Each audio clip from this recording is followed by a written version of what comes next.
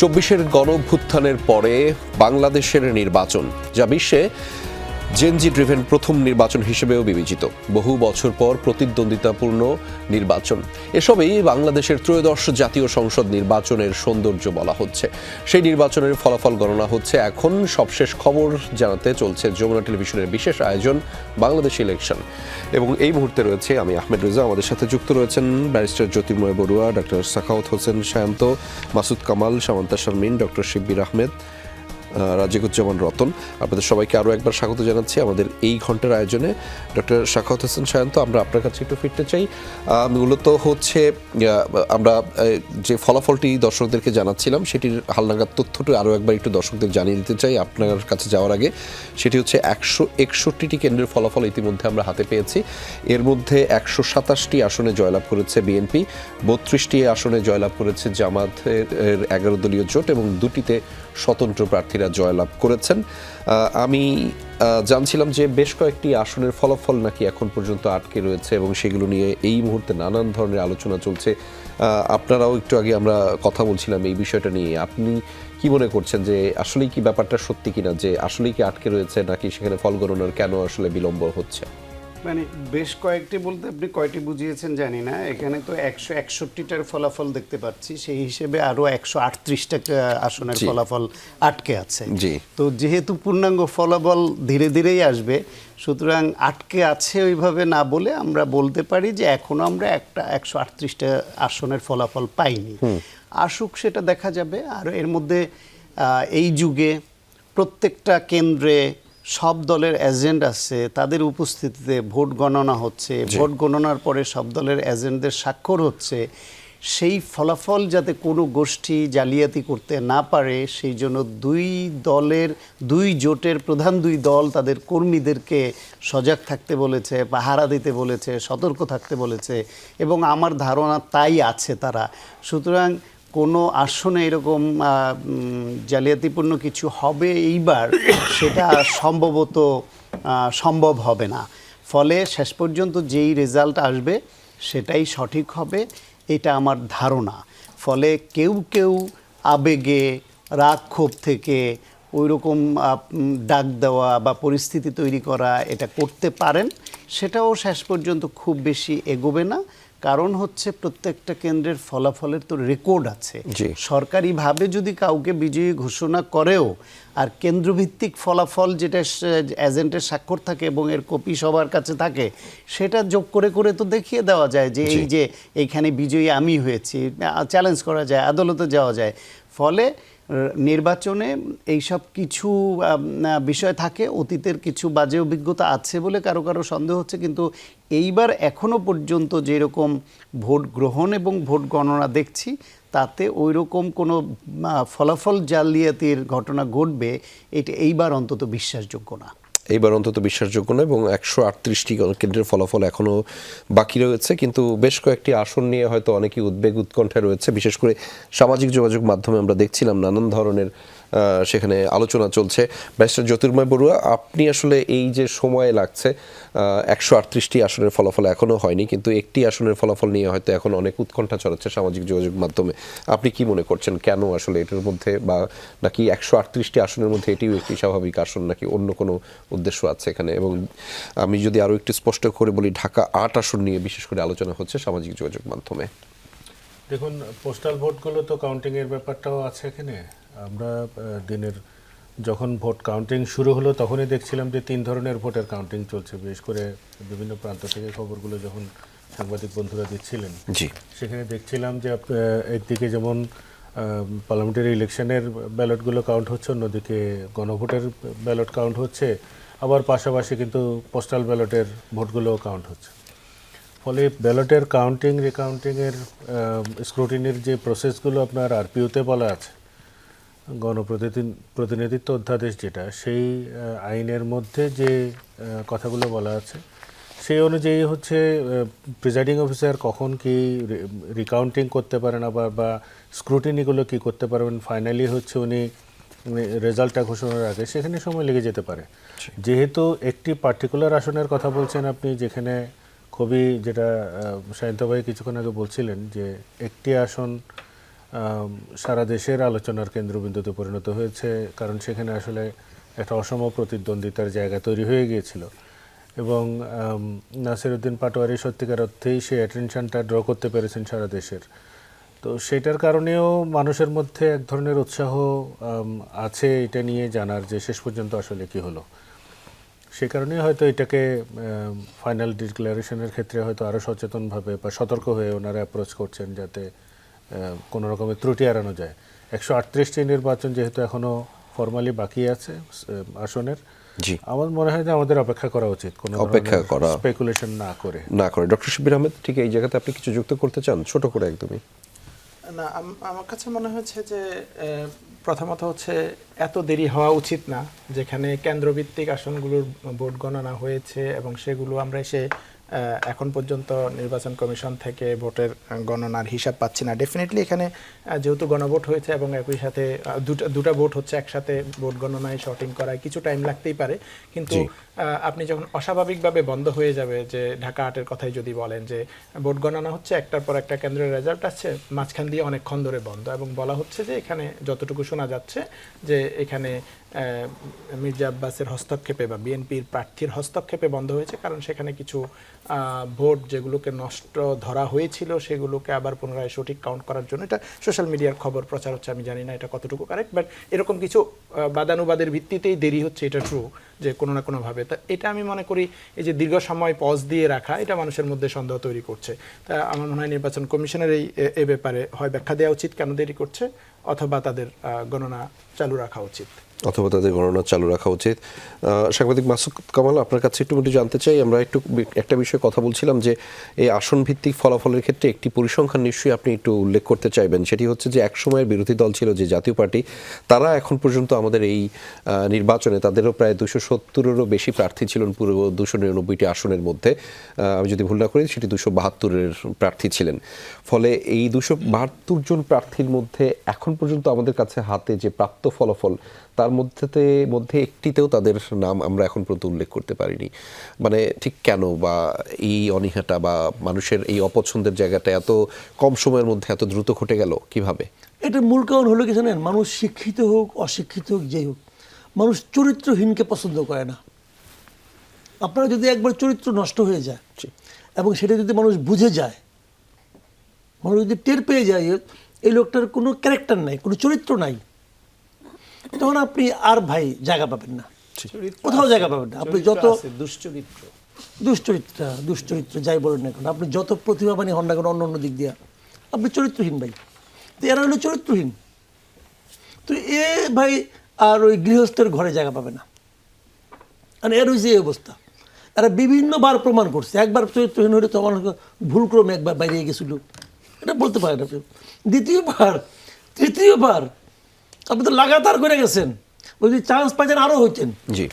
ভাগ্যিস এই ছাত্ররা চান্স দেয় নাই, কারণ আপনারা যার মাধ্যমে যারা আশ্রয় ছিলেন সেই তো পালাই গেছেন, আর আপনি কী হবে। দেখেন, আমিও কিন্তু ভুল করছি, মানে আমি মনে করছিলাম যখন নাকি জাতীয় পার্টিকে নিষিদ্ধ করার জন্য এই গণ অধিকার পরিষদের আন্দোলন করলো, নূর মাইটার খাইলো, এই মাঝখান থেকে ফাঁক দিয়ে জিজ্ঞেস করি নূরের খবর কি, জিতে গেছেন, নূর জিতছেন না, গুড। তো ওনার এই সফল সংসদ সদস্যের ওই অসফল যা অভিযান ছিল জাতীয় পার্টিকে নিষিদ্ধ করার জন্য, তো তখন কিন্তু আমি ভাবছিলাম কি যে জাতীয় পার্টি বোধহয় যদি ইলেকশন করতে পারে ভালো করবে, তাকে আওয়ামী লীগের ভোট দেবে, মানে যার কারণে সে চরিত্র ক্ষয়েছে তারাও তারা ভোট দেয় নাই। মানে কি অবস্থা নেবে এই পলিটিক্যাল পার্টির। এখন ঘোষণা দিয়ে বলা উচিত আমরা দল বিলুপ্ত করলাম, তাহলে হবে জানেন কি, ওদেরও লাভ হবে, এই জাতিরও লাভ হবে, এই জাতি ওদের ওই সমস্ত আপদ থেকে রক্ষা পেল। এটা ওদের করা উচিত, কারণ এটা কি হয় না কি রে ভাই, ওরা কোনো প্রতিদ্বন্দ্বিতাই নাই কোনো জায়গায়। ভাই, আপনার অনুমতি থাকলে আমি একটু। জি জি জি জি অবশ্যই অবশ্যই। আচ্ছা, আপনার কি মনে হয়, মানে একটা বিষয় আলাপ হচ্ছিল না আওয়ামী লীগের ভোট ব্যাংক ইলেকশনের আগ দিয়ে, তো স্বভাবতই আমরা এটা এক্সপেক্ট করছিলাম যে জাতীয় পার্টির যে আসনগুলোতে প্রার্থী দাঁড়িয়েছে সেখানে আওয়ামী লীগের যে ভোট ব্যাংক, কথিত ভোট ব্যাংক যেটার আলোচনা, সেইটার ফুল এফোর্ট ওখানে যাবে এবং সেখান থেকে কেউ কেউ বেরিয়ে আসতে পারে, এরকম একটা আইডিয়া হয়তো আমাদের মধ্যে ছিল। কিন্তু তাহলে কি এই যে কথিত আওয়ামী লীগের ভোট ব্যাংক, এইটা শুধু মিথ, এটা সত্য না, এটা ধরে নিব না, এটা ওইভাবে না। এক নম্বর হলো আওয়ামী লীগের লোকজন তো ভোটই দেয় নাই বেসিক্যালি। আওয়ামী লীগের লোকজন ভোট দিতেই যায় নাই, যাও 2-1 গেছে, তারা তাদের অপছন্দের তালিকায় শীর্ষে রাখছে জাতীয় পার্টিকে। সেই আওয়ামী লীগের ভোট কত পার্সেন্ট বলে আপনি মনে করেন যারা ভোট দিতে যায় নাই? মনে করার উপর ডিপেন্ড করে ডিবেট করবেন না না, আপনি যে ধরেন ভোট তো দেয় নাই 40% মানুষ। শিবির ভাই, আমি একটু বলি, যেইভাবে মিডিয়া আলাপটা আসছে আওয়ামী লীগের ভোট ব্যাংকে করতে হবে, আপনারা এই ভোট ব্যাংকে কি করবেন? আমি বলছি, এই যে না আপনি আমি বলছি, আমি আপনি আমার ধরেন, আমাদের কোন, কিন্তু আমি বলছি যে এটা একটা মেইনস্ট্রিম মিডিয়ার একটা সবচেয়ে বড় এক্সটেন্সিভ টপিকের একটা, যে আওয়ামী লীগের ভোট ব্যাংকে আপনারা কি করবেন। সো এইটা তাহলে জাতীয় পার্টিকে কি ডিজোন করা আওয়ামী লীগ, এটা বুঝতে পারছি। হ্যাঁ, আমি তখন তাই বললাম যে চরিত্রহীন যখন যার মাধ্যমে চরিত্রহীন হয়, সে তো সবচেয়ে আগে জানে ওই চরিত্রহীন, ওরা পাত্তা দেয় না। এটা তাই হয়েছে। বিষয়টা কি জানেন, আওয়ামী লীগের ভোট ব্যাংক যে মাছটা ছুটে যায় সেই মাছটা কিন্তু বড় মাছ। এখানে কি হয়েছে, আওয়ামী লীগ, আমি তো বরাবর বলি যে এই গভর্নমেন্টের সবচেয়ে বড় ভুল হলো আওয়ামী লীগকে নির্বাহী আদেশে স্থগিত করা। কারণ আওয়ামী লীগ ইলেকশন করতো, তাহলে কিন্তু প্রমাণিত হইতো যে আওয়ামী লীগ অত বড় কিছুটা। কিন্তু যখন আপনি তাকে ইলেকশন করতে দিলেন না, তখন আওয়ামী লীগ যদি বলে যে আমি এই যে যারা ভোট দেয় নাই সবগুলি আমরা, আপনি কেমনে করে ইগনোর করবেন? না, ইগনোর করতে পারবো আমি। আপনি পারবেন যুক্তি দিয়া? না, যুক্তি দিয়ে দিয়ে তো ওদের কোনো সমস্যা হবে না, ওদের যারা সমর্থক তারা কিন্তু ওটা বিশ্বাস করবে। আওয়ামী লীগের ওই ভোটের পার্সেন্টেজটা যেটা আপনি বলছেন যে যারা শেখ হাসিনার কল শুনে ভোট দিতে যাবে না, সেই পার্সেন্টেজটা 2 to 5%। শেখ হাসিনা কলে করছে না তো এখানে। না, আওয়ামী লীগের ভোটারই যারা ভোট দেয় না, এটা 5%। এটা শেখ হাসিনা ইম্পর্টেন্ট না তো, এখানে ইম্পর্টেন্ট হলো আওয়ামী লীগের যারা নাকি জীবনে কোনোদিন নৌকা ছাড়া ভোট দেয় নাই ভাই। এরকম লোকের সঙ্গে কিন্তু আওয়ামী লীগের শেখ হাসিনা সবই না, কিন্তু দেখেন ভিত্ত নয়। কিন্তু আওয়ামী লীগ যখন ছিল, তাদের হাতে আওয়ামী লীগ একটা অপশন ছিল, তারা আওয়ামী লীগকে ভোট দিয়েছে। তাই বলে তারা সারা জীবনের আওয়ামী লীগের ভোটার বলে আপনি তাদেরকে ক্যাটাগরাইজ করতে পারেন আমি তো করতেছি না। তাহলে ওই ভোটাররা এখন কেউ বিএনপির ভোটার, কেউ জামায়াতের ভোটার, কেউ এনসিপির ভোটার, এদেরকে আপনি আওয়ামী লীগের ভোটার আর বলতে পারেন না। আমি তো মনে করি, শোনেন ভাই, ভোটার বাড়ে। আমি তো মনে করি 2024-এর অগাস্ট সেপ্টেম্বরে যে আওয়ামী লীগের ভোটার ছিল, এখন কি আওয়ামী লীগের ভোটার ওরকম আছে? এখন নাই। তখন কেউ চিন্তাও করতো না আওয়ামী লীগ নিয়ে। এখন আওয়ামী লীগ ভোট বাড়লো কেমন করে? না, অটো বাড়ছে। কোথায় বাড়ছে? আমি তো এই যে আমি বলতেছি যে আপনি ভোটটা দিলেন না কেন তাকে? 2008 সালে যারা আওয়ামী লীগকে ভোট ভয় পেয়ে নির্বাচনে আসতে দিলেন না। মাসুদ কামাল ভাই, আপনি আমাকে একটা এক্সাম্পল দেখান দুনিয়ার কোথাও যে গণ অভ্যুত্থানের মাধ্যমে পালিয়ে যেতে বাধ্য হওয়া সেই ফেসিবাদীকে আবার ইলেকশন করতে দিয়েছে, এরকম একটা এক্সাম্পল দেখান। আমাদের এক্সাম্পল দেখান দোকান নেই ভাই। এই দেশে আমাদের সিরিয়াতে হয়েছে ফেসিবাদ বাদ দেন, আমাদের আওয়ামী লীগ একটা পার্টি, সেই পার্টিকে আপনি ইলেকশন করতে দেন নাই, এটাকে আপনি গণতান্ত্রিক বলবেন? না, এটা তো নিষিদ্ধ। গণতান্ত্রিক হতে পারে না, ইম্পসিবল। নাজিদের ক্ষেত্রে কি হয়েছে? আমি এটা 100% পার্টি, শুধু নাজিদের পার্টিকে নিষিদ্ধ করা হয়, পার্টির সিম্বল, পার্টির নাজি স্লোগান, দন পাইছেন না ভাই। নাজি এত রং নিয়ে আসছেন, আপনি ওটা বাদ দেন। না, বাদ দিব কেন? দ্বিতীয় বিশ্বযুদ্ধ, হিটলার, নাজি, আপনি আওয়ামী লীগের তুলনা করতেছেন? অবশ্যই 17 বছর ধরে আপনি একটা জাতিকে আপনি পিষে ফেলছেন। আপনি না মানলে নাই, আপনি জাতিকে পিষে ফেলছেন। জুলাইয়ে চোখের সামনে হাজার হাজার ছেলে মেয়েকে খুন করছেন। চোখের সামনে সবাই শুনে, চোখের সামনে অনেক লোক খুন হয়েছে। ও, আপনার কাছে মানে আপনার কাছে ভাই এটা বললে একটু খারাপ দেখা যায় যে মানে 2000 মানুষকে খুন করার পরে যেমন রতন আপনার কাছে একটু যেতে চাই, আপনার কাছে একটু যেতে চাই। আপনি বলছেন যে তাদেরকে রাজনৈতিক অধিকার দিতে হবে। নির্বাচনে প্রায় দুনিয়ার কোথাও এরকম 13% দেখেছিলাম ইলেকশন করতে পারে না। যেমন রতন আপনার কাছে একটু ফিরতে চাই। এই নির্বাচনে 13% স্বতন্ত্র প্রার্থীর উপস্থিতি দেখেছিলাম, এবং তার মধ্যে এখন পর্যন্ত যেই প্রাপ্ত ফলাফল আমাদের হাতে রয়েছে 161 জনের মধ্যে 2 জন জয়লাভ করতে পেরেছে। এই সংখ্যাটিকে আপনি আসলে কিভাবে মূল্যায়ন করতে চান বা কিভাবে করবেন আপনি? যেহেতু নির্বাচনে সবসময় ক্ষমতায় কারা যাবেন সেটাই প্রধান বিষয় হয়ে যায়, এবং দেখুন যেভাবে একটা হাইপ তোলা হয়েছিল যে আমরাই ক্ষমতায় যাচ্ছি, কেউ প্রেসিডেন্ট ডিক্লেয়ার করে ফেলছেন, কেউ কাউকে প্রধানমন্ত্রিত্ব বানিয়ে দিয়ে ফেলছেন, সেখানে একজন স্বতন্ত্র সংসদ সদস্য কিংবা এমন কোনো দল যারা হয়তো একটা সিটে জিতলে সে তো সরকারে কিছু করতে পারবে না, তখন কিন্তু ভোটারের মনস্তত্ত্ব একটু ওইদিকে আর থাকে না, তখন তারা মনে করে বিজয়ের দিকে যায়। মানে আমাদের এখানে আছে না যে जो জিতেগা ওই সিকান্দার হয়, যে জিতে যায় মানুষ সেদিকে একটু ঝুঁকতে থাকে। আর একটা আমি ছোট্ট একটু উদাহরণ দিয়ে বলতে চাই, শ্রীলঙ্কাতে অভ্যুত্থানের সময় কিন্তু রাজাপাকসে পালিয়ে গিয়েছিল, সে কিন্তু পদত্যাগপত্র সিগনেচার করেছিল সিঙ্গাপুর থেকে, কিন্তু পরে কিন্তু সে আবার ফিরে এসেছিল।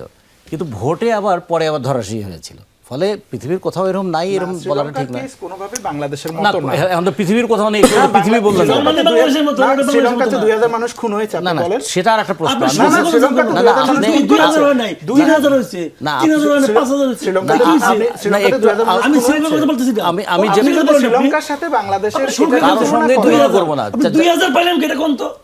1400 বলছে হলো কি জাতিসংঘ, তাও 5 তারিখ থেকে আচ্ছা 1400 ধরেন, 1400 ধরলাম, ওটা কোথা ওকে থেকে ফাইন 1400 ধরলাম। তাহলে আপনার দুই কথা- জন কেন? না 1400 বললাম, শ্রীলঙ্কাতে সব 1400 খুন মানুষ খুন হয়েছে। না, ভাই, তাহলে আবার জার্মানির সঙ্গে তুলনা করবো কেন? হাজার হাজার মানুষ, তাহলে আবার জার্মানির সঙ্গে চোখ তুলনা করবো কেন? হারাইছে, জার্মানির চোখ সঙ্গে তুলনা হারাইছে, করবো, পা হারাইছে, জার্মানির তো হাত 60 হারাইছে, লক্ষ মানুষ মারা গেছে। অসংখ্য মানুষ এখনো আচ্ছা, না, live তাহলে তাদের তুলনায় যদি সিংহ বহন না- করতেছে। তুলনায় চোখ যদি না হারাইছে, করি হাত ভাই, হারাইছে। শুনেন। আচ্ছা, আমরা তুলনায় যদি না স্বতন্ত্র করি, প্রার্থীর তাহলে আমি ব্যাখ্যাটা জার্মানির শুনে সঙ্গে আসি। তুলনা করবো না।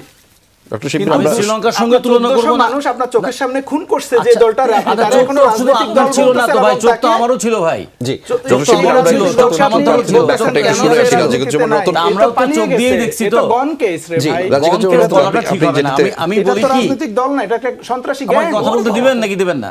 বলেন। জি, যে ওই আওয়ামী লীগকে অপ্রাসঙ্গিক করে তোলা যেত, তার পরিবর্তে আওয়ামী লীগকে এখন প্রাসঙ্গিক করে তুলেছি। যে আওয়ামী লীগের জন্য 5 আগস্ট পর্যন্ত রাস্তায় লড়াই করলাম, আজকে এখন সেই আওয়ামী লীগকে নিয়ে কথা বলি আমরা। তো এটা কার লজ্জা? আওয়ামী লীগকে প্রাসঙ্গিক করে তুললো কে? ইন্টারিম সরকার। আওয়ামী লীগকে প্রয়োজনীয় করে তুলছে কারা? এই মানে অর্থনৈতিক কলাপ। যে আওয়ামী লীগ 23 সালে ডিপি ওয়ার্ল্ডের সঙ্গে container terminal, new mooring container terminal handle চুক্তি করে গেল, ইন্টারিম সেটাকেই বাস্তবায়ন করার চেষ্টা করলো, তাহলে আওয়ামী লীগকে প্রাসঙ্গিক করলো কে? আওয়ামী লীগের পথে কে হাঁটলো? কিংবা এই যে 9 তারিখে যে বাণিজ্য চুক্তিটা হলো আমেরিকার সঙ্গে, এই চুক্তির খেসারত আমি কতদিন ধরে দেবো? 6 তারিখে জাপানের সাথে করেছে। সেটা চুক্তির খেসারত আমি কতদিন ধরে দেবো? আমার কি এখন $3 বিলিয়ন কৃষি পণ্য আমার আমদানি করতে হবে আমেরিকা থেকে?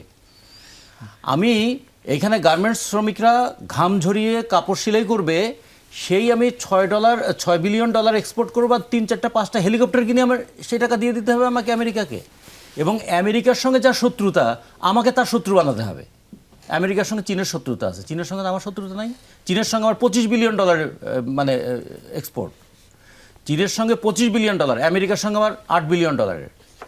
আমি $8 বিলিয়ন জন্য $25 বিলিয়ন রিস্কের মধ্যে ফেললাম।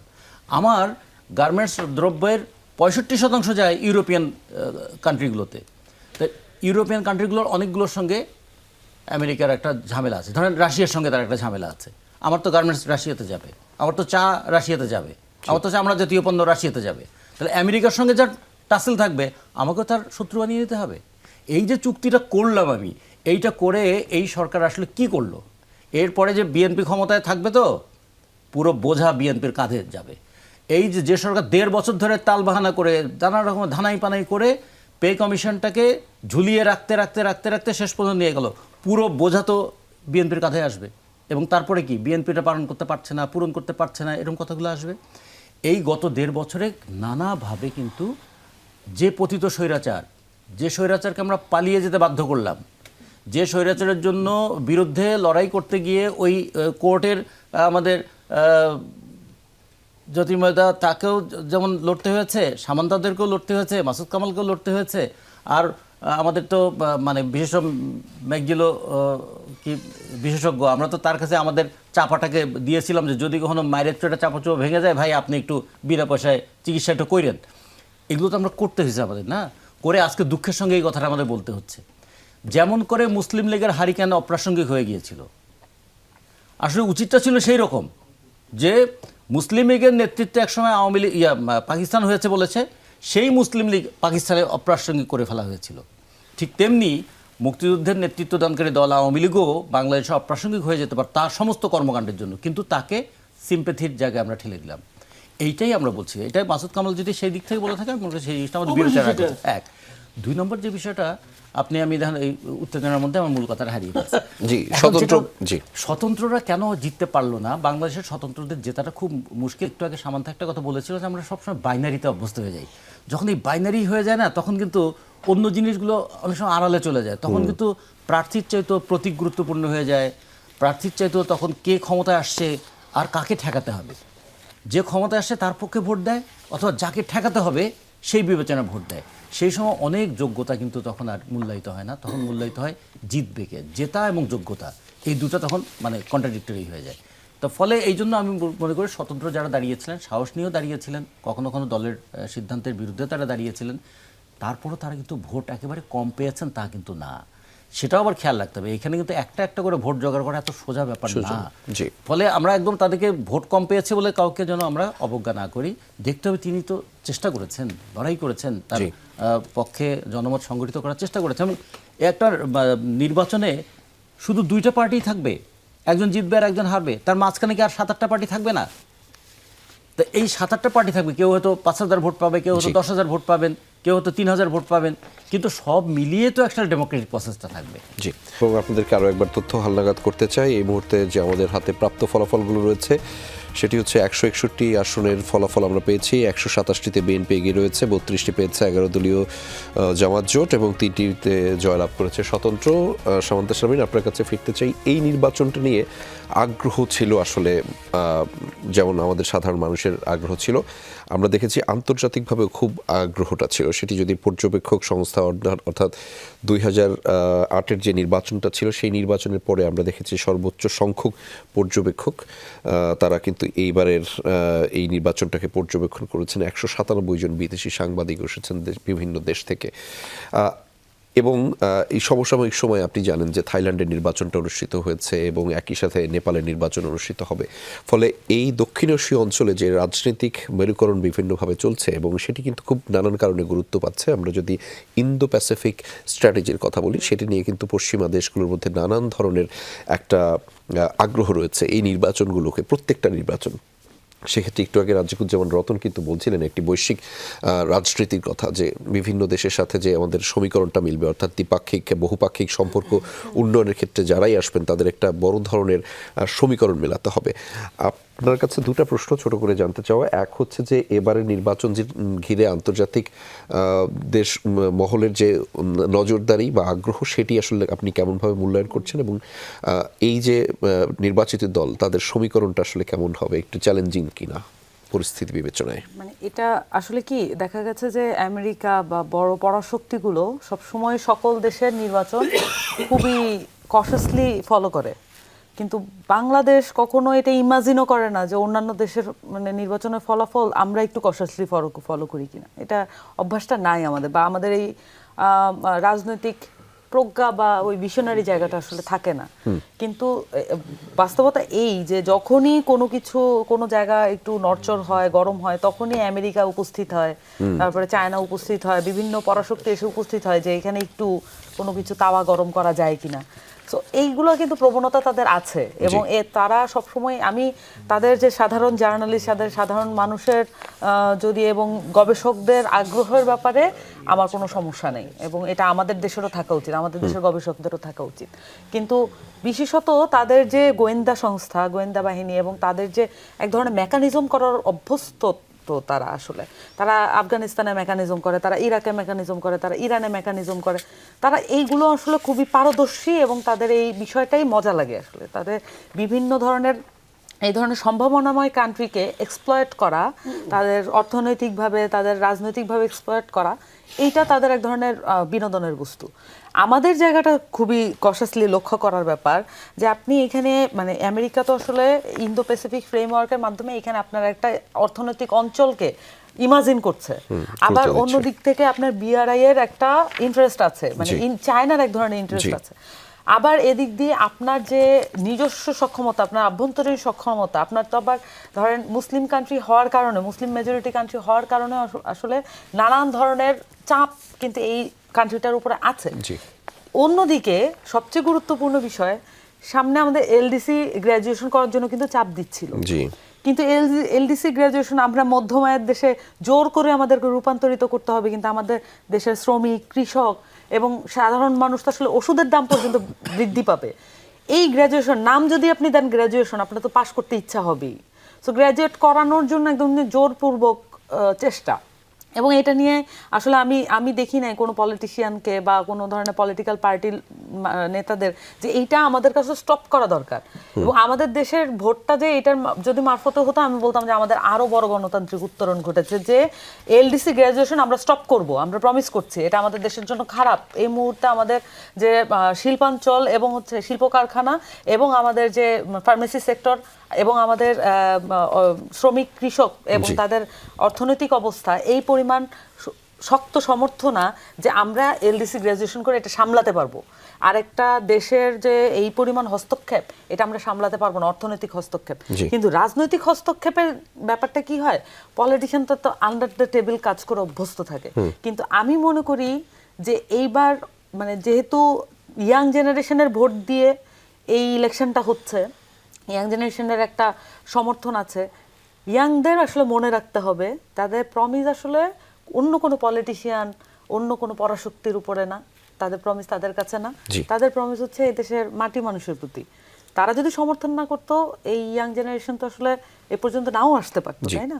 সো আমি মনে করি আপনার জায়গা থেকে মানে ওই একদম আমাদের ফরেন পলিসির জায়গা থেকে আমরা এটাকে খুবই মানে একদমই বিবেচনার বাইরে রাখি, বিবেচনা পলিটিক্যাল বিবেচনার বাইরে রাখি ফরেন পলিসিকে। কিন্তু এটা মূল বিষয় হওয়া উচিত। ছোট দেশ হওয়ার কারণেই, এবং ছোট কিন্তু সাকসেসফুল, আমাদের যে অভ্যন্তরীণ মজুদ আছে, বিভিন্ন আমাদের সক্ষমতা আছে, এইটার কারণেই আমরা সাকসেসফুল। কিন্তু এই সাকসেসটাকে বন্ধ করে রাখা হয়। এক বাক্যে জানাবেন যে আন্তর্জাতিক মহলের যে এই নির্বাচনটা ঘিরে আগ্রহ, সেটিকে কেমন ভাবে মূল্যায়ন করছেন, এক বা দুই বাক্যে? এইটা আসলে এক বা দুই বাক্যে বলার বিষয় না। আমি বলবো যে এইটাকে, আগ্রহটা আমি গবেষক এবং জার্নালিস্টদের জায়গা থেকে অ্যাপ্রিশিয়েট করব, কিন্তু অন্য কোনো উদ্দেশ্য যদি কারো থাকে, এটা আমি কন্ডেম করব। আচ্ছা, ব্যারিস্টার জ্যোতির্ময় বড়ুয়া, ঠিক এইখানেই জানতে চাওয়া, আপনি এই যে আন্তর্জাতিক মহলের নানান ধরনের আগ্রহ, যেটিকে আমরা অনেককেই সাধুবাদ জানাচ্ছি যে 2008 সালের নির্বাচনের পরে এত বেশি 55,000 পর্যবেক্ষক এবার এসেছেন এবং 394 জন বিদেশি পর্যবেক্ষক এবারে নির্বাচনকে পর্যবেক্ষণ করেছেন পুরো দেশব্যাপী। সেই জায়গাটিকে আপনি আসলে কেমনভাবে মূল্যায়ন করবেন? আমি আসলে অ্যাপ্রিসিয়েট করছি, কারণ আপনার ডেমোক্রেসির যে ব্যাপারটা, উত্তরণের ব্যাপারটা, এটা তো আসলে খুব মোটা দাগে যদি বলেন যে দেশীয় বিষয়ের মধ্যে তো আসলে আবদ্ধ থাকে না। কারণ আমার এই জায়গাটায় যদি রাজনৈতিক অস্থিরতা, অশান্তি থাকে, সেটা আসলে সারা পৃথিবীর জন্য কোনো না কোনো কারণে অশান্তির কারণ ঘটে। কারণ তাদের, আপনি যদি একটু অন্যভাবেও চিন্তা করেন যে তাদের ইনভেস্টমেন্টের যে সিকিউরিটির প্রশ্ন আসে, যদি আপনি ইউরোপিয়ান ইউনিয়ন বলেন বা এখন এই যে 6ই ফেব্রুয়ারিতে জাপানের সাথে যে চুক্তি করা হলো, সেই চুক্তির বিষয়বস্তুগুলো যদি সাধারণ মানুষের সামনে আসে, তাহলে বোঝা যাবে যে তাদেরকে সুবিধা দিতে গেলে সেই সুবিধা, তারা যে ইনভেস্টমেন্টগুলো করবে এখানে, সেটার তো একটা সিকিউরিটির প্রশ্ন। তখন আপনার যদি রাজনৈতিক অস্থিতিশীলতা কাজ করে, তাহলে তো ইনভেস্টমেন্ট আসবে না। আমি কদিন আগেই একটি সংবাদ সম্মেলনে শুনছিলাম বিসিসিআই এবং বিজিএমই এর যারা কর্তা ব্যক্তিরা আছেন তাদের বক্তব্য, যে আপনার এয়ারপোর্টে আগুন লেগে, আপনার রীতিমতো গোডাউনে আগুন লাগে যে দেশে, সে দেশে তো কেউ মাল পাঠাতেও চায় না এখন আর। অর্থাৎ আপনার ওইটুকু যেগুলো খুব হাইলি সিকিউরড এরিয়া হওয়ার কথা, মানে এগুলো কেপিআই এর অংশ, সেই জায়গাগুলোতে পর্যন্ত আগুন লাগে। এখন আপনার ফরেনাররা তো আপনাকে ট্রাস্টই করে না। আমাদের মতো একটা দেশ যেখানে আপনার আমাদের এক্সপোর্টও নির্ভর করে হচ্ছে অনেকগুলো অ্যাক্সেসরিজ, অনেক কিছু আমাদের ইম্পোর্টের উপরেও। ফলে এই এক্সপোর্ট ইম্পোর্টের বিষয়টা তো আন্তর্জাতিক সম্পর্কগুলোর ক্ষেত্রেও কিন্তু অনেক রকমের বড় ভূমিকা পালন করে। সেই জায়গাতে আমরা যদি তাদের ওই ব্যক্তিগত ইন্টারেস্ট প্রোটেকশনের জায়গা থেকেও যদি চিন্তা করি, তাহলে তাদের তো আমাদের এখানে স্টেবিলিটিটা একটা বড় রকমের আগ্রহের জায়গা থাকবে। তাছাড়া ওই যে বললাম শুরুতে, যে গণতান্ত্রিক ব্যবস্থা থাকা না থাকাটা তো শুধু আঞ্চলিক স্থিতিশীলতার বিষয় না, এটা আন্তর্জাতিক অনেক স্থিতিশীলতা। তাছাড়া তাদের ইন্টারেস্টের জায়গাটা যে সবসময় স্বার্থের উপর ভিত্তি করে হয় তা না। যেমন ধরেন অনেকগুলো দেশ আমাদের উন্নয়ন সহযোগী, তারা হয়তো এখানে ব্যবসায়িক কারণে ব্যবসায়িকভাবে ইনভেস্ট করে না। এরকম অনেকগুলো দেশ আছে, পশ্চিম ইউরোপের অনেকগুলো দেশ, তারা হচ্ছে আমাদের নানান ধরনের সহযোগিতাগুলো করে থাকে, বিভিন্ন সরকারের সাথেও যেমন করে, তেমনি বিভিন্ন এনজিওর সাথেও হচ্ছে কোলাবোরেশন করে তারা অনেক রকমের উন্নয়নমূলক কর্মকাণ্ড পরিচালনা করে। সেগুলোর ক্ষেত্রেও তাদের স্বার্থ কাজ করে যে তারা দেখার চেষ্টা করে বৈশ্বিকভাবে তাদের অবদান কতটুকু। তারা তো ক্রেডিটগুলো নেয় একটা পর্যায়ে। ধরেন বেলজিয়ামের একটা অর্গানাইজেশন, শিক্ষকদের একটা অর্গানাইজেশন আছে, তারা শুধু আফ্রিকাতেই 70টি, আফ্রিকা সহ প্রায় 70টি দেশের মধ্যে স্কুল প্রতিষ্ঠা করার জন্য তারা বিখ্যাত। আমি জাস্ট একটা পার্টিকুলার উদাহরণ দিচ্ছি। আমাদের বাংলাদেশে স্কুল আছে, তাদের আমার এলাকাতে স্কুল আছে। তো এখন এই রকমের যে প্রতিষ্ঠানগুলো ধরেন বাইরের অর্গানাইজেশনগুলো কাজ করে, তাদের তো ওখান থেকে হয়তো বেনিফিট কোনো কিছু তুলে নিয়ে আসছেন না, ওনারা এটা প্রফিটেবল বিজনেস না, পিওরলি আপনার ওই ডোনেশন বেস জাস্ট সহায়তা করার উদ্দেশ্যেই, উন্নয়নমূলক কাজে সহায়তা করার উদ্দেশ্যেই করেন। সেই জায়গাতেও তো তাদের ইনভেস্টমেন্টটা যাতে প্রপারলি ইউটিলাইজ হয়, রাজনৈতিক অস্থিতিশীলতার কারণে যাতে ভেস্তে না যায়, ফলে সেই ব্যাপারটাতে ইন্টারেস্ট তো তাদের আছেই। জানিয়ে দিতে চাই যে প্রাপ্ত ফলাফলগুলো রয়েছে ১৬২টি আসনের ফলাফল ইতিমধ্যে আমাদের হাতে রয়েছে। ১২৭টি আসনে জয়লাভ করেছে বিএনপি, ৩২টি আসনে জয়লাভ করেছে ১১ দলীয় জোট জামাত এবং 3টি আসনে স্বতন্ত্র প্রার্থীরা জয়লাভ করেছে। আমরা ছিলাম ডক্টর সাখাওয়াত হোসেন সায়ন্ত আপনার কাছে। বাংলাদেশের এই নির্বাচন ঘিরে বিদেশিদের যে আগ্রহ, আমরা বলছিলাম যে ২০০৮-এর পরবর্তী সময়ে এবারই সবচেয়ে বেশি, শুধুই কি স্বার্থ বিবেচনায়? না, শুধু স্বার্থ বিবেচনায় তো না, স্বার্থ তো অবশ্যই একটা এলিমেন্ট উপাদান বটে, কিন্তু বাংলাদেশে যে ২৪-এর গণঅভ্যুত্থানটা হলো তার আগে থেকেই তো বাংলাদেশের প্রতি বিভিন্ন দেশের আগ্রহ ছিল যে এইখানে একটা ফ্যাসিবাদ জেকে বসেছে, তাতে করে ইন্ডিয়া বিনা ভোটে এই দেশে একটা ফ্যাসিবাদকে রাষ্ট্র ক্ষমতায় বসিয়ে রেখেছে এবং ইন্ডিয়ার স্বার্থটা এত বেশি রক্ষা করছে তারা যে অন্য দেশেরও তো ব্যবসায়িক এবং জিওপলিটিক্যাল নানান রকমের স্বার্থ থাকে, তা অন্যদের স্বার্থেও ব্যাঘাত ঘটছিল, ন্যায়সঙ্গত স্বার্থ যেটা সেটাও ব্যাঘাত ঘটছিল, কারণ বাংলাদেশের সমস্ত কিছুই ইন্ডিয়া তার পালিত পুত্রের মতো নিয়েছিল। তো এইভাবে পালিত পুত্র বা কন্যার মতো সেইভাবে আপনার একটা আলোচনায় তো ছিলই, আগ্রহ ছিল। পরে ফ্যাসিবাদের পতনের পরে বাংলাদেশে যে অভূতপূর্ব একটা ঘটনা ঘটলো যে এরকম কিছু ইয়াং তারা একটা চাকরির কোটা চাইতে গিয়া একটা দাবি করলো, সেটা একটা ছোট আন্দোলন, সেই আন্দোলনটা কিভাবে টার্ন করে সেটা একটা গণ অভ্যুত্থানে পরিণত হয়ে গেল এবং শেখ হাসিনার মতো এরকম মহাশক্তিধর এক ফ্যাসিস্টের পরাজয় বরণ করে পালিয়ে যেতে হলো। এইটাও কিন্তু বিশ্ববাসীর কাছে এই যে বিভিন্ন দেশে এই ধরনের যত আন্দোলন হয়েছে সেগুলোর বিশ্লেষণে নতুন একটা দৃষ্টি আকর্ষণ করেছে বাংলাদেশ। তারপর যখন এই মাস আপরাইজিংয়ের পরে একটা গণ অভ্যুত্থানের পরে জেনজির দ্বারা নেতৃত্ব দেওয়া এইরকম একটা গণ অভ্যুত্থানের পরে প্রথম একটা ভোট, সেইটাও একটা আগ্রহ যে এই ভোটে ওই যে গণ অভ্যুত্থান তার রিফ্লেকশনটা কতটা এখানে আসে রায়। এইখানে তো রাজনৈতিক মেরুকরণও ধরেন, এখানে মধ্যপন্থার মেরুকরণ, ধর্মভিত্তিক মেরুকরণ, অন্যান্য যে স্বার্থ সংশ্লিষ্ট বিভিন্ন দেশের সঙ্গে টাই আপ হবে, কোন দিকে কোন মুখী হবে, ভবিষ্যৎ কোন দিকে যাবে সেটার মেরুকরণ সব নিয়েই আগ্রহ ছিল সারা পৃথিবীর অনেক দেশের। গণতন্ত্র বাংলাদেশের সঙ্গে যারা সম্পর্ক রক্ষা করে, তারপর ভবিষ্যৎ ব্যবসা বাণিজ্য।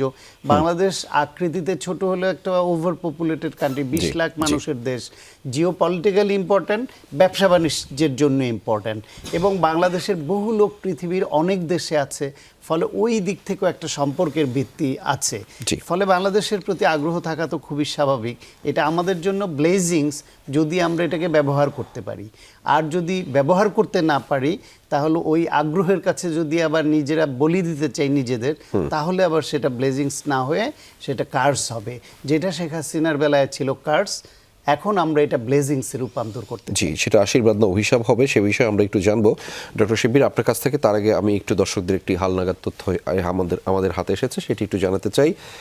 ১৮৯টি কেন্দ্রের ফলাফল আমরা ইতিমধ্যে হাতে পেয়েছি, যার মাধ্যমে বিএনপি ১৫১টি আসনে জয়লাভ করেছে, ৩৫টিতে জামায়াত মনোনীত প্রার্থী এবং 3টিতে স্বতন্ত্র। তার মানে ১৫১টিতে, অর্থাৎ ৩০০টি আসনের মধ্যে যখন ১৫১টিতে জয়লাভ হয় তখন সেটি সরকার গঠনের প্রক্রিয়াটাকে আসলে নিশ্চিত করে, অর্থাৎ ত্রয়োদশ জাতীয় সংসদ নির্বাচনে সেই প্রক্রিয়াটি, অর্থাৎ এই প্রাপ্ত আসনের ফলাফলের ভিত্তিতে আমরা সেটি নিশ্চিত হয়ে গেছে। Congratulations BNP.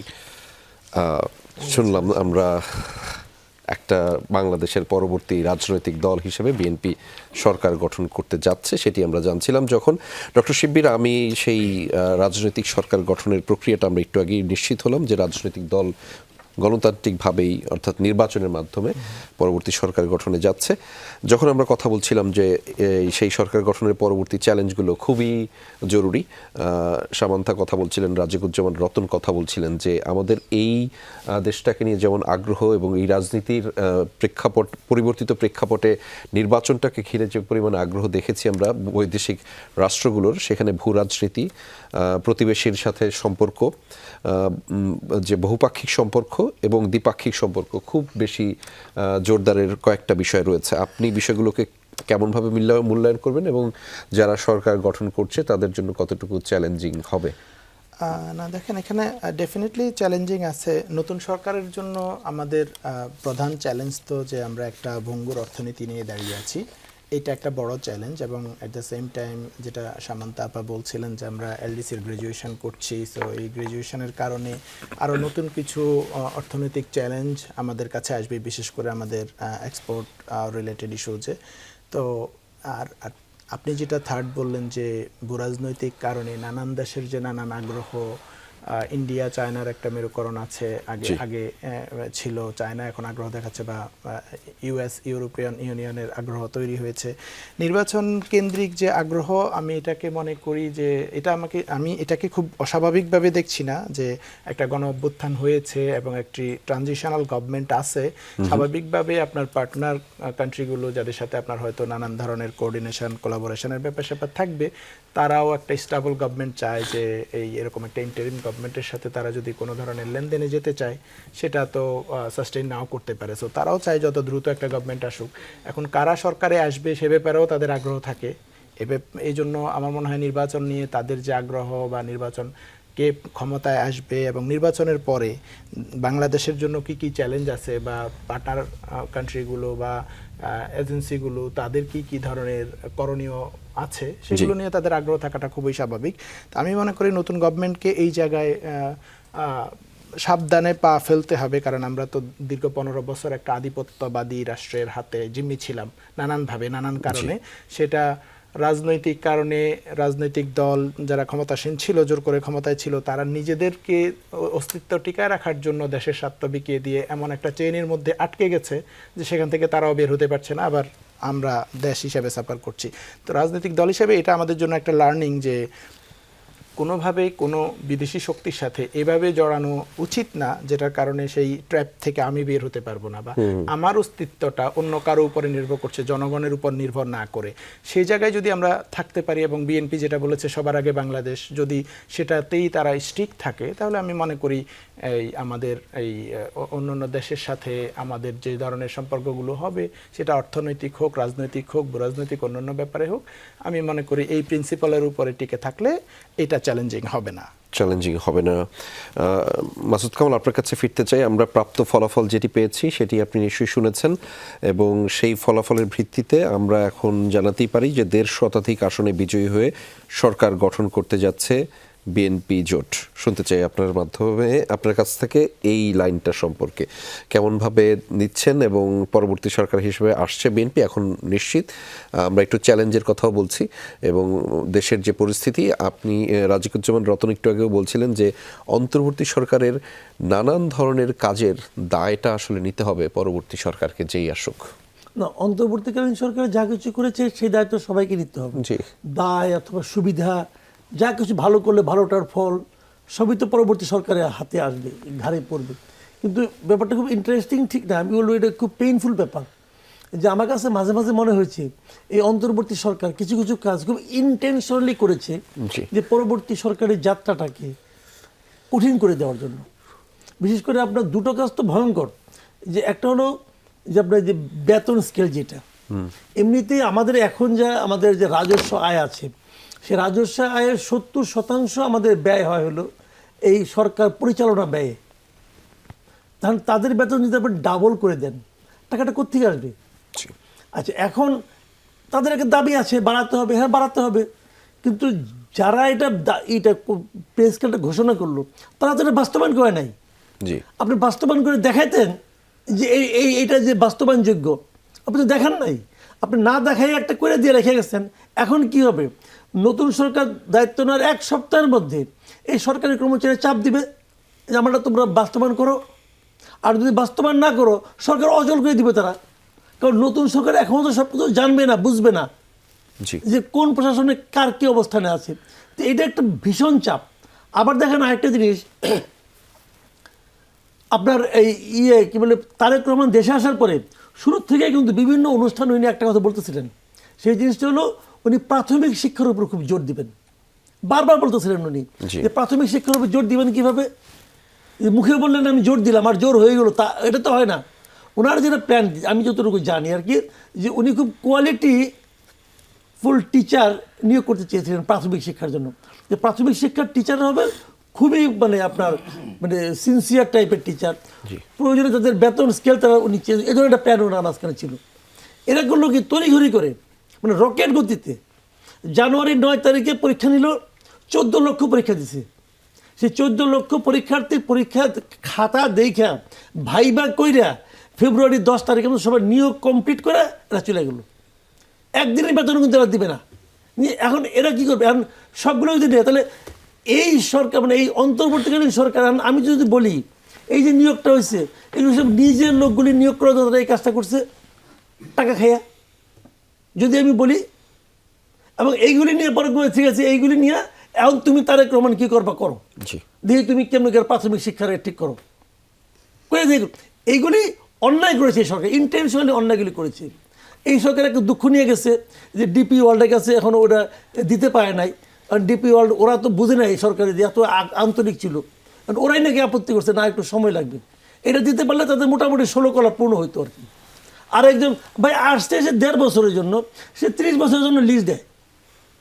আচ্ছা ধরেন আমি 30 বছরের জন্য লিজ দিলেন, 6 মাস পরে আমি বুঝলাম যে এই কাজটা অর্থের বিনিময়ে উৎকোচের বিনিময়ে কেউ করছে, আমি ধরেন বুঝলাম ওরা আমি পামু ধরে এই আশিক চৌধুরী তো ইংল্যান্ডের নাগরিক, ও তো দেশে আসবেই না। তো এটা কিছু হইল রে ভাই, মানে ইন্টেনশনালি দেশটাকে শেষ করে দিচ্ছে। জব অপরচুনিটি তৈরি হবে। 300 গার্মেন্ট এই সরকার আমলে বন্ধ হয়েছে, 300+। আমি এই জন্য আমি এদেরকে দোষ দিই না, আমি দোষ দিই হলো আমাদের এই পলিটিক্যাল পার্টিগুলোর, বিশেষ করে বিএনপি এবং জামাতে ইসলামকে, এদেরকে আমি দোষ দিই যে এরা সরকার যে সমস্ত অপকর্ম করতেছে একটা প্রতিবাদ করে এরা কেউ কী কারণে নাই। এদের লক্ষ্য একটা, যদি সরকার মন খারাপ করে 12 তারিখ থেকে নির্বাচনটা পিছিয়ে দেয়, আচ্ছা এই দুঃখেই তারা কোনো প্রতিবাদ করবে না। ভাই কোনো মতো ইলেকশনটা করেন আমি ক্ষমতায় যাই, কিন্তু ক্ষমতায় যাওয়ার পর যে আপনার কী হবে এটা ভাবছেন একবার? রাজিকুজ্জামান রতন, আপনার কাছে ফিরতে চাই। 1.5 শতাধিক আসনে বিজয়ী হয়ে সরকার গঠন করতে যাচ্ছে বিএনপি জোট, এবং একটা তথ্য জানাতে চাই। নিশ্চয়ই আপনি জানেন যে এবারের যে 12,77,00,000+ ভোটার ছিলেন তাদের মধ্যে 51% নারী ভোটার ছিলেন। এবং আরেকটি তথ্য আপনাকে জানাতে চাই, 3 দশকেরও পরে বাংলাদেশে কোনো সরকার প্রধান হতে যাচ্ছেন পুরুষ, এবং তার এই সময়টাতে কার্যক্রম এবং পরবর্তী চ্যালেঞ্জের কথা আমরা বলছিলাম, আমাদের বেশ কয়েকজন বক্তা তারাও আসলে বলছিলেন, আপনার জায়গা থেকে শুনতে চাই। বিএনপি 2006-এর পরে 2026 মানে 20 বছর পরে তারা ক্ষমতায় আসছে। এর মাঝখানে বিএনপির ভীষণ উত্থান পতন হয়েছে। উত্থান পতন দুই দিক থেকে, একটা নিপীড়ন ভোগ করেছে তারা অনেক, আবার মানুষের মধ্যে একটা আশাবাদও জাগিয়ে তুলেছে। এখন নিপীড়ন ভোগ করাটাকে তারা যদি প্রতিশোধ মানসিকতা দিয়ে করতে চায়, পরিচালিত করতে চায়, যদি মানে নিপীড়নের বিপরীতে রিটালিয়েশন এটা যদি হয় তাহলে কিন্তু আবার পরিস্থিতিটা ভালো থাকবে না। হ্যাঁ। 2 নম্বর হচ্ছে আমাদের দেশ দীর্ঘদিন ধরে একটা পারিবারিক আবেগ দ্বারাও পরিচালিত হচ্ছে। আমি যদি বলি যে গত সময়গুলোতে যারা ক্ষমতায় ছিলেন তাদেরও কিন্তু পেছনে একটা পারিবারিক আবেগ, পারিবারিক ঐতিহ্য, রাজনীতির সঙ্গে পরিবার মিলেমিশে ছিল। এবারও কিন্তু সেই জায়গাটাই থাকলো, কারণ জিয়াউর রহমানের প্রতি মানুষের যে আবেগ ছিল কিংবা খালেদা জিয়ার প্রতি যে আবেগ, সেখান থেকেই আবার তারেক জিয়ার প্রতি সেই আবেগটার একটা বলবো যে হস্তান্তর ঘটেছে, ফলে সেটাকেও একটু বিবেচনা করতে হবে। 3 নম্বর, বাংলাদেশের নারীরা কিন্তু এ যাবৎকালের মধ্যে সবচেয়ে ঝুঁকি এবং সবচেয়ে ইয়ের মধ্যে আছে, উৎকণ্ঠার মধ্যে আছে।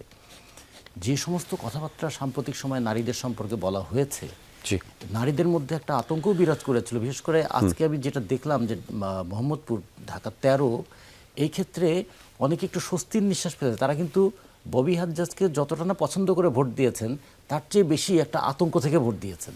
ফলে এইটা যেন বিএনপি ভবিষ্যতে মনে রাখে যে নারীর প্রতি সহিংসতা এবং নারীর প্রতি অবমাননা করার কথা যেন বন্ধ হয়। 2 নম্বর হচ্ছে যে আশাটা ছিল গত দীর্ঘদিন ধরে, আর যে নিপীড়নটা ভোগ করেছে মানুষ 15 বছর ধরে, সব কিছু কিন্তু পরবর্তী সরকারকে বিবেচনার মধ্যে রাখতে হবে। সামান্তা শারমিন, 1-2 বাক্যে আমি শেষ করতে হবে, আমাদের হাতে সময় নেই। বিএনপি জোট সরকার গঠন করতে যাচ্ছে, কেমনভাবে দেখছেন মূল্যায়নটা ছোট করে? প্রথমত জোট সরকার বিএনপিকে কংগ্রেচুলেশন, এবং আমার কাছে মনে হয় যে আমাদের পাওয়ার ট্রানজিশনটা যেমন আমরা একটু ভালোভাবে করেছি, পাওয়ারের ব্যালেন্সটাও আমাদেরকে ভালোভাবে করতে হবে, এবং একই সাথে অপোজিশনকেও খুবই দায়িত্বশীল হতে হবে, এবং ওই দায়িত্বশীলতার সরকারি দলকেও করতে হবে, এবং তাদেরকে অবশ্যই অপোজিশনের যে কোনো কনসার্নকে সাথে নিয়েই আসলে যে কোনো কর্মকাণ্ডের ক্ষেত্রে সেটাকে মাথায় রেখেই করা উচিত। এবং যেটা আসলে ওই যে ক্ষুধা নিয়ে, মানে 17 বছরের ক্ষুধা, 20 বছরের ক্ষুধা নিয়ে নেমে যাওয়া, এই ধরনের আচরণ আসলে না করলেই ভালো। কারণ আমরা একটা পথে এগোনো শুরু করলাম, সেটাকে আশাবাদের জায়গায় আমরা দেখতে চাইবো। তো আমরা চাই না যে আসলে আবার যে কোনো ধরনের উত্তেজনা, মারামারি এবং হানাহানির মধ্য দিয়ে বাংলাদেশের গণতন্ত্রের ইতিহাস লেখা হোক। দিন শেষে যেন মানুষ ভালো থাকে, সেই প্রত্যাশা আমাদের সবারই রয়েছে। ধন্যবাদ ব্যারিস্টার জ্যোতির্ময় বড়ুয়া, ডক্টর সাখাওয়াত হোসেন সায়ন্ত, মাসুদ কামাল, সামান্তা শারমিন, ডক্টর শিব্বির আহমদ, রাজিকুজ্জামান রতন। আপনারা আপনাদের মূল্যবান সময় আমাদের সাথে যুক্ত করেছেন। আপনাদের জন্য অনেক শুভাশিস এবং শুভকামনা রইল। আমাদেরকে শেষ করতে হচ্ছে আপাতত এই ঘন্টার আয়োজন থেকে, এবং সেইটি যাওয়ার আগে আপনাদেরকে আরও একটি হালনাগাদ তথ্য দিয়ে রাখতে চাই। 299টি আসনের মধ্যে 194টি আসনের ফলাফল আমাদের হাতে এসেছে। এর মধ্যে 151টি আসনে বিজয়ী হয়েছে বিএনপি, জামাত জোট পেয়েছে 40টি এবং 3টিতে স্বতন্ত্র প্রার্থীরা জয়লাভ করেছে। এবং বাংলাদেশ ইলেকশনের এই আয়োজনের মাধ্যমে এবং হালনাগাদ সব শেষ তথ্যগুলো পেতে আমাদের সাথেই থাকুন। আমরা ফিরছি, বিরতিতে যাচ্ছি এই ঘন্টার আয়োজন থেকে। পরবর্তী ঘন্টায় নতুন অতিথি এবং নতুন সহকর্মী যুক্ত হবেন আপনাদের সাথে।